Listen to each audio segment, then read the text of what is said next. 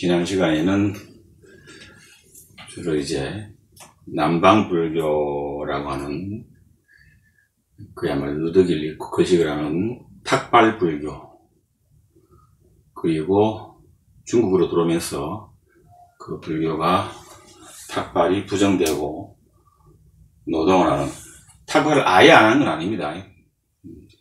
중국과 한국과 일본 불교의 주류 문화는 탁발을 부정한다는 거죠. 탁발하는 사람은 지금도 여전히 있습니다만, 그래서 북방불교는 탁발이 오히려 수행에 방해가 된다고 보는 거죠. 노동이 수행에 도움이 된다. 보는 사람의 시각에 따라서 약간씩 달라질 수 있습니다만은 일단 그렇게 생각했다는 겁니다. 그러면 이제 문제가 되는 것이 누더기와 걸식의 문제인데, 그건 대개 5가지로 이야기될 수 있습니다. 첫 번째, 삭발이라고 하는 문제하고, 두 번째, 사의지, 4가지만 의존하고 나머지는 하지 마라, 여기 있는 거죠. 4가지만 의존하고, 아주 최소한에 필요한 것만 의존하고 나머지는 의존하지 말라. 아주 극단적인 의미의 소유에 대해서 부정하는 거죠. 무소유에 대한 이야기를 하는 겁니다. 그래서 탁발, 분소위, 수하자, 불안약, 이 4가지만 기본적으로 필요하다는 거죠. 물론 여기에다가 이제 조금 더 가면 삼의라고 그래가지고 우옷, 아래옷, 그 다음에 가사라고 그래가지고 위에 덮는 거, 이 3가지, 옷은 3개만 필요하다라고 이야기 좀 보겠습니다. 일단 먼저 삭발 문화는 지금도 뭐 전체적으로 다 삭발을 하니까, 삭발을 왜 할까 라고 얘기할 때 부처님께서는 출가하시면서 머리를 잘랐죠. 그러니까 불교의 경우에 이제 삭발을 제일 먼저 하신 분이 이 부처님이라고 볼 수 있죠. 불교에서는 머리카락을 무명초라고 해요. 무명초라고 하는 말은 명이라는 말이 불교에서 가장 좋은 말입니다. 그러면 명이 없죠. 그런데 그놈이 또 자라요.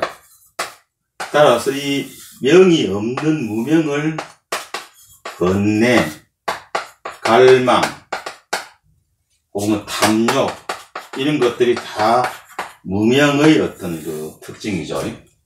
이것의 반대가 되는 것이 이제 해탈, 열반, 이런 겁니다. 불교가 꿈꾸는 거죠. 불교의 이상세계입니다. 이상적 인간이고, 의 반대가 무명이죠. 따라서 인간의 머리카락이 자라는 것처럼 번뇌는 자란다. 머리를 잘랐죠. 다른 면도 있습니다. 이는 틀이니까 수염도 기본적으로 아주 중요하게 입니다.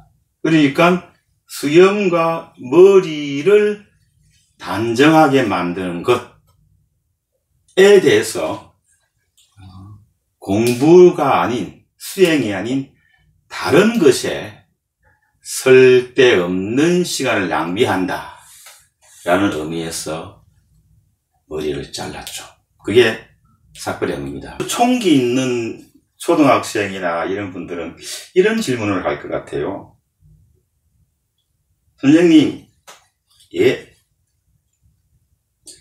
지금 우리 부처님 보면 부처님 머리 있던데요. 예, 지금 부처님 머리 있습니다. 그것도 곱슬머리고요. 그럼 이상하잖아요. 이상하죠. 선생님, 예, 석가모니 부처님이 불교를 추천하신 분이니까 제일 먼저 머리를 자른 불교도라는 건 알겠는데, 다른 종교를 가진 사람은요, 다른 종교를 가진 사람들 머리 많이 잘랐습니다. 머리는 서양 사람들만 잘랐어요. 그리스라든지 이런데 성녀라고 하는 말로는 이제 선임을 가리키지만 일반적으로 도당 사람은 다 성녀니까 가톨릭의 수사 같은 사람들 성녀라고 볼 수 있죠. 가톨릭 성녀들도 머리 잘랐어요. 보면 삭발은 이제 그 당시에 널리 공부하는 사람들에게 유행되어졌다라고 하는 걸 볼 수 있고, 그건 이렇게 그렇게 답을 하면 되겠고, 석가모니 부처님의 머리가 있는 겁니다. 그 문제는 시간이 좀 걸리겠네요. 왜냐하면 부처님 불교 이후에 굉장히 많은 문화적 격변의 시기에 인도 문화에 그리스 로마 문화가 쳐들어오면서 생긴 어떤 그런 것이거든요. 그래서 요건 따로 챕터를 하나 만들어 가지고 이왕 나왔으니까 다음 시간 정도에 왜 부처님은 머리가 있고 왜 부처님이 입으신 옷은 보살들이나 이런 어떤 보살들은 부처님보다 계급이 좀 낮은데 보살들이 더 막 옷을 아주 화려하게 입고 다니고 막 간 같은 것도 쓰고 다니시는 분들은 거의 다 보살들이거든요. 금간 같은 거. 왜 그럴까? 라고 하는 점은 그게 아주 단순해 보이지만 상당히 중요한 어떤 그 문화적인 이유가 있습니다. 그건 다음 시간에 보도록 하겠습니다. 오늘은 일단 삭발과 사의지에 초점을 두죠. 어쨌든 그래서 삭발을 했습니다. 부처님이 출가하시고 난 다음에 돌아가시기까지 머리를 길렀다는 것은 아무것도 증거가 없습니다. 지금 우리가 머리 기르신 부처님이라고 우리가 보는 머리 기르신 부처님은 석가모니 부처님의 본래 모습과는 좀 약간 거리가 멀다. 이렇게 일단 이해를 하시고요. 숙제로 좀 남겨둡시다. 그래서 이제 삭발이라고 하는 것이 무명초니까 무명이 풀처럼 자란다. 풀처럼 자란다. 그 인도라는 데가 더운 데니까 온열에 풀이 얼마나 났겠습니까? 그러니까 이제 딱 이렇게 예를 든 거죠. 잘라내야 된다. 이렇게 보는 겁니다. 그 다음에 이제 그 삭발은 됐었고, 그 다음에 이제 누더기 있는 거, 이런 문제에 대해서 조금 볼까요? 라고 하는 말은 엇타간다는 말이죠. 발이라고 하는 말은 이제 발우, 우리말로 번역하면 그릇입니다. 그릇. 그러니까 그릇을 채우는 걸 엇타간다라고 하는 말이니까 우리말로 하면 걸식한다, 얻어먹는다 이런 뜻이죠. 그래서 삭발은 걸식으로 음식을 얻는다는 뜻이 되겠습니다. 기본적으로 7집을 도는데요. 그 부처님이 삭발하는 모습을 보여준 가장 아름다운 모습을 보여준 경전 가운데 하나가 금강경입니다. 금강경. 금강경은 전체가 32분으로 되어 있는데요. 제1분, 우리 식으로 들어가는 말에 금강경에서 이렇게 나옵니다. 이와 같이 나는 들었다. 이때에 부처님께서 사이국에 기수급 고덕원이란 절에서 큰 비구 1250명과 함께 계셨는데 이때 세존께서 밥때가 되어 옷을 입으시고 바루를 지니시고 사일성에 가서 밥을 비르셨다. 성 안에서 차례로 비르심을 마치시고 본래의 곳으로 돌아오셔서 밥 자심을 마치셨다. 옷과 바루를 거두시고 발 씻음을 마치시고 자리를 펴고 앉으셨다. 부처님이 계시던 기원정사라고 하는 절과 사이성이라고 하는 어떤 도시는 1km 정도 떨어져 있다. 1km. 그 부처님 제자가 보통 1250명인데요. 1250명인데 부처님이 맨 앞에 서고 그 뒤에 1250명이 쫙 줄을 섭니다. 줄을 서죠. 여러분들에게 저는 지금 강의를 하니까 보여드릴 수는 없고 여러분이 이제 내일 아침쯤 이 강의안을 보게 될 때, 그때 이제 쫙 줄을 서서 가는 모습을 현재 미얀마 같은 데서 그렇게 하는 거를 사진 파일로 넣어서 보도록 하겠습니다.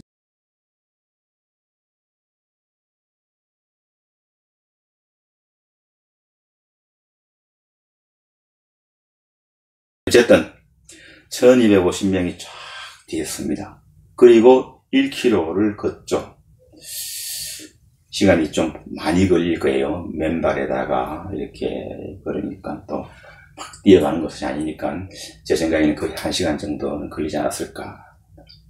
쫙 가죠. 가면 사이성에 많은 불자들이 음식을 가지고 나오시죠.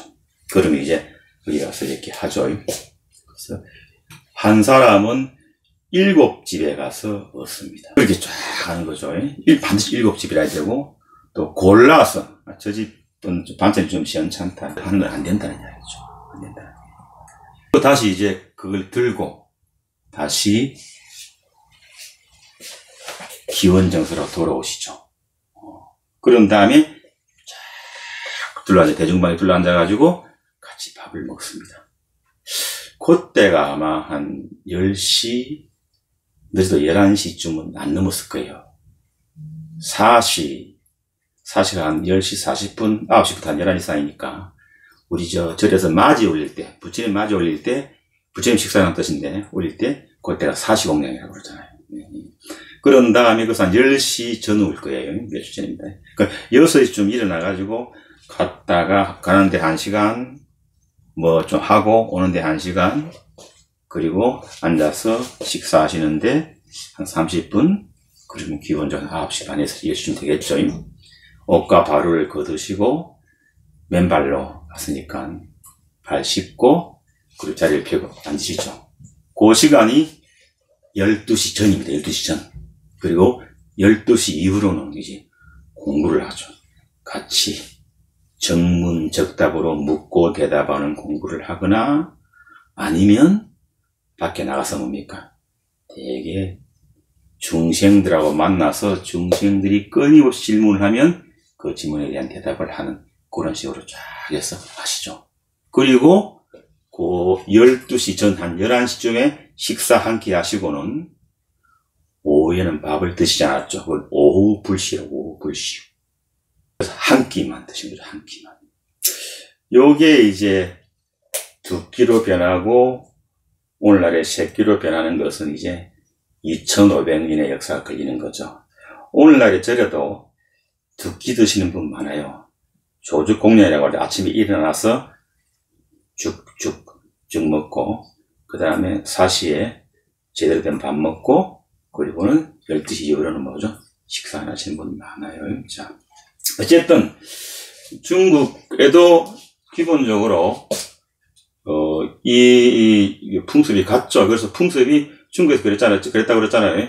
이게 이제 중국에서 탁발이라고 하는 것을 부정하게 되는 것은 우리가 다음에 공부하겠지만 기본적으로 백장이라고 하시는 분이 하루 일하지 않으면 하루 먹지 말라라고 하면서 일종의 선종운동, 부흥운동을 일으켰는데 그때부터 이제 그렇게 되는 겁니다. 그러니까 중국에 가서도 탁발이 굉장히 좀 긴 시간 동안에 지속되었다라고 볼 수 있는 거죠. 그러니까 부처님하고 중국에서 백장이 이야기된 대한 7세기 무렵이라고 친다면 거의 1000년 이상 일단 중국 불교나 인도 불교에서 탁발이 지속되었다. 이제 이렇게 볼 수 있는 것이죠. 나중에 이제 불교가 상자부 불교, 지금 우리가 알고 있는 미얀마 쪽에 있는 불교가 상자부 불교입니다. 그 다음에 대중부, 그것이 이제 진행되어지면서 나중에 대성불교로 가는데 그 두 불교 사이에 갈등을 일으키는 가장 주요한 요소가 됩니다. 12시에 먹을 건가 말 것인가라고 하는 거죠. 자, 부처님은 때 아닌 때 먹지 않으면, 다시 말해서 오후 불시가 하면 5가지 이익이 있다고 그랬어요. 탐욕을 제거할 수 있고, 잠이 줄어들고 정신이 맑아서 상쾌해지고 복과 수명이 늘어서 깨달음에 도움이 된다. 저는 기본적으로 이 5가지 얘기 상당히 와닿습니다. 소식하면 일단 잠이 좀 줄어들고 정신이 맑고 그렇습니다. 수명이 늘어나는지는 아직까지 잘 모르긴 하겠지만 그래서 그 당시 스님들은 한 끼 먹고 오후 12시 이후에 먹지 않았다라고 하는 거 하나. 두 번째, 그 당시 스님들은 육식을 했습니다. 육식. 지금 우리 문화에서 가장 크게 문제가 되는 것이 육식과 대처잖아요. 100년도 더 되기 전에 만해 한용운 선생이 육식과 대처를 하자고 주장해가지고 굉장히 큰 평치 풍파를 일으키고 난 이후에 100년이 좀 지났습니다만 어쨌든 한국 불교에 아주 건드려서는 안 되는 일종의 폭탄 같은 것이 육식과 기본적으로 대처인데, 초기 불교에서는 육식을 한 이유가 주는 사람이 주니까 먹은 거죠. 왜냐하면 탁발이라고 하는 것은 거부권이 없어. 거부권. 주는 대로 받아야 돼. 주는 대로 받아야 돼. 그래서 대개 고기를 뺄 수는 없죠. 부처님께서도 육식하는 걸 어느 정도 인정을 하셨어요. 병에 걸렸거나 몸이 약해졌거나 그랬을 경우에 육식을 하라 이런 말을 하셨어요. 그러니까 부처님 당시에 육식이 문제가 되는 건 아니고, 그럼 언제부터 육식이 문제가 되는 가 할 때 인도를 벗어나서 중국으로 들어왔을 때 후한 명제 때 그랬다라는 이야기가 있습니다만은 확실한지는 잘 모르겠는데 어쨌든 중국에서 그랬습니다. 중국에서부터 육식을 먹지 못하게 했죠. 했습니다. 분소이라고, 분소이. 분자가 똥분자입니다. 똥분자. 살미자와 서로 다를 입자니까 그렇죠. 똥분자입니다. 그러니까 똥 닦는 걸레, 똥 닦는 똥을 청소하는 옷이라는 뜻입니다. 그 당시 인도에 사람들이 옷을 입다가 옷이 해지거나 그러면은 아이들에게 입혔다고 그랬죠. 아이들에게. 우리도 어릴 때 보면 아버지 속옷, 아이가 속옷을 입는 경우 아버지 런닝을 아이가 원피스를 입고 다니는 경우도 많이 있었잖아요. 좋은 거죠. 그러다가 아이가 입지 못할 정도로 되면 그걸 가지고 화장실을, 옥에 있는, 바깥에 있는 화장실을 닦는다는 거죠. 화장실을 닦다가 더 이상 닦지 못할 정도로 지저분하면 버린다는 거예요. 쓰레기통에. 그러면 그런 옷만 버린 쓰레기통이 있으면 그러면 스님네들은 거기 가서 그 옷을 가져다가 빨아가지고 그러면 이제 온갖 데 누더기가 돼. 누더기. 그렇죠? 누더기 됐잖아요. 그래서 그 말이 누더기 납자, 누더기 납자.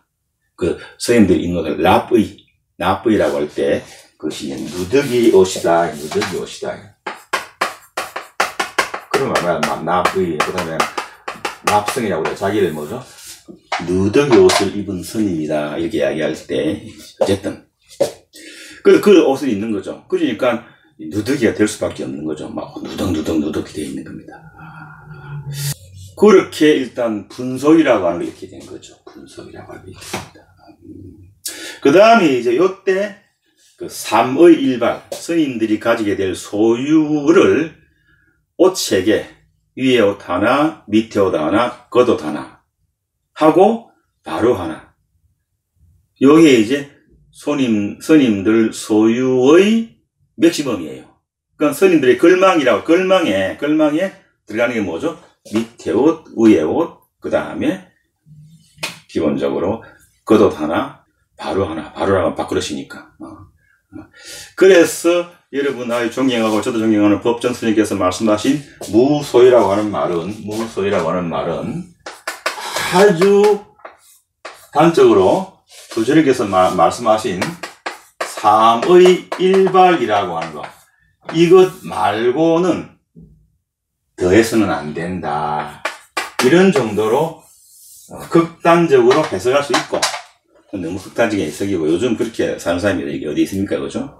그래서 이제 이거 좀 약간 전향적 해석하면, 감당할 수 있는 소유까지는 소유하라. 한데, 감당할 수 없는 소유는 하지 마라. 그게 불행의 씨앗이 된다. 라는 의미가 이제 무소유가 되겠죠. 이게 분소입니다. 분소유. 그래서 이제 이 말, 이게 아주 중요하기 때문에 나중에 중국에 와가지고 뭡니까? 그 스승이 제자에게 법을 전할 때 뭐 해줍니까? 어발을 전하죠. 삼의 일발, 이거를 받아. 여러분 알고 있는 그 해능과, 육조 해능의 유명한 어떤 사건이 바로 그렇죠? 오조로부터 받은 그 삼의 일발, 이것에 대해서 서로 벌어지는 일들이 많잖아요. 많습니다. 세 번째가 뭐냐면, 나무 밑에 앉아 있다는 뜻이잖아요.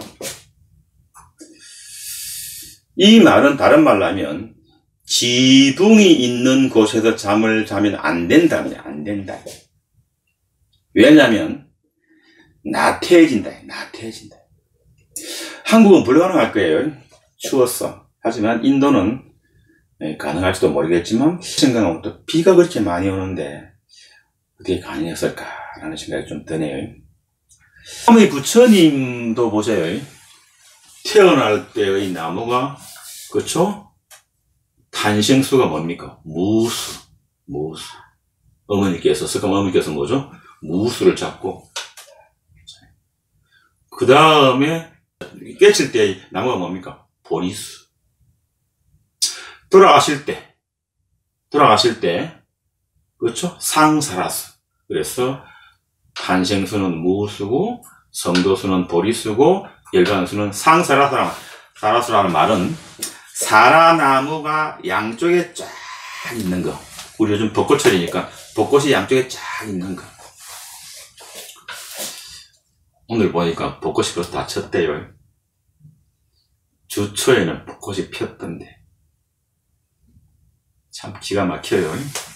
그렇게 금방 피고 금방 지기는. 그죠? 나무 밑에 산다는 저게 어떻게 본다면 굉장히 청빈하고 고행하는 수행자의 모습을 보여주는 거라고 볼 수 있죠. 단, 저 나무 밑에 사는 저게 석가모니 부처님 당대에 기본적으로 정사라고 그래가지고 우리는 절이라고 그러지만 인도에서는 정사, 우리말로 뭐냐면 마음 닦는 집이라는 그 정사가 중림정사와 기원정사가 생기면서 없어지죠. 그 이야기도 굉장히 심각한 이야기입니다. 그때 이제 그야말로 오역제인 중에 한 명인 대바달다, 제바달다라고 그러고 막 굉장히 우리말 표현이 여러 가지입니다만, 대바달다가 부처님의 사촌 동생이라는 말도 있고, 또 부처님의 전 부인 야서다라의 남동생이라는 말도 있고, 오빠란 말도 있고, 굉장히 복잡한데 어쨌든 굉장히 가까운 친척이었던 대바다다가 부처님께 반역을 하게 되는 가장 주요한 이유 중에 하나가 뭡니까? 나무 밑에서 수행하는 것 말고 지붕을 가지게 되면 불교가 타락한다. 왜? 지붕 밑에 자면 뭡니까? 좋잖아요. 그럼 마음이 풀어지잖아요. 풀어지면 타락하잖아요. 이렇게 이제 논리가 전개되는 거죠. 현재도 불교 역사에서 부처님의 사상에 정면으로 반기를 드는 경우는 그렇게 많지는 않습니다. 이분은 아마 성질이 아주 강했던 사람인데, 근데 지금 우리가 2500년 지나서 지금 보면은 그 사람이 가지고 있던 상당히 많은 어떤 부처님 몸에 그 피를 보이게 한 분이잖아요, 그분이. 그런 나쁜 짓을 했다는 것을 옆에 놓고 좀 생각하면은 이게 불교 어떤 길이 불교가 바른 길인가에 대한 어떤 고민의 부딪힘이에요. 부딪힘입니다. 아마 우리가 불자로서 한번 진지하게 이 고민을 좀 해볼 필요는 있겠죠. 그래서 이것도 기회가 되는 대로 뭐 바로 하죠. 우리가 조금 있다 보면 또 중국 불교 넘어가고 그러면 뭐 시간을 못하니까 지금 부처님 근처에서 우리가 왔다 갔다 할 때 해버리죠. 대받았다가 왜 부처님에게 반기를 들었는가 하는 거는 왜 들었다 이런 이야기보다는 불교 지성사적 의미에서 어떤 의미가 있는가라고 하는 거죠. 어떤 의미가 있는가. 그냥 무조건 믿는 것보다는 조금 따져서 믿으면 더 믿음이 깊어지지 않을까라는 겁니다. 그 다음에 네 번째가 뭐냐면 불안작이라는 말인데, 부자란 말은 썩을 부자입니다. 부패한다 할 때 부자죠. 난자는 썩은 문드러졌다는 말이죠. 그래서 불안이란 말인데 우리말로 번역하면 발효예요. 발효. 우리가 오줌을 발효시킨 약이 불안약이에요. 이게 그 당시 불자들로서 아픈 사람들이 먹었던 약입니다. 그러면 대단히 좀 그렇죠. 물론 오줌 먹는 어떤 이야기는 많이 합니다만 좀 그렇죠. 지금 우리가 생각하기에는 이 네 가지 탁발, 분소이, 수화자, 불안약이라는 네 가지에만 의존하고 나머지 그야말로 좀 우리의 마음을 해이하게 만드는 것은 NO라고 하는, 안 돼라고 하는 이분들의 2500년 전에 수행하는 형형한 눈빛이 저는 참 그립습니다. 저는 그때가 되면 그렇게 못하겠지만 굉장히 그립고 그 형형함이 불교를 일구지 않았을까. 그렇죠. 부처님과 1250명의 제자들이 모여서 일종의 결사체가 되었어. 오늘은 부처님의 어떤 시절에 누더기를 입고 하루에 한 끼밖에 먹지 아니하고 잠도 너무 밑에서 자고 병이 나도 뭡니까 이를 악물고 소오줌을 발효시킨 약을 발라가면서 수행을 했던 그걸 이제 두탕이라고 그러는데 열심히 수행했던 그 스님들의 덕분에 오늘날 불교가 이렇게 굉장히 크게 성공하고 있지 않을까라는 뜻에서 그런 이야기를 했습니다. 다음 시간에는 이제 불교의 절이라고 하는 게 생기죠. 중림정사라고 하는 절도 있고 기원정사라는 절도 있습니다. 그 절집이 만들어지게 되는 어떤 연유와 그 다음에 절집과 더불어서 부처님의 제자인 사촌동생인 대받았다가 반기를 들고 부처님을 죽이려고 들고 그렇게 하는 그 이유 그리고 그것을 불교사적으로 혹은 종교사적으로 이게 어쨌든 하나의 갈림길이거든요. 네 거리예요. 이리로 갈까 저리로 갈까 그 길입니다. 거기에서 이제 부처님이 가시는 길이다 아니다 이 길이다라고 주장한 건데 그 양쪽은 한쪽은 무조건 옳고 한쪽은 무조건 나쁘고 그런 건 아닐 거예요.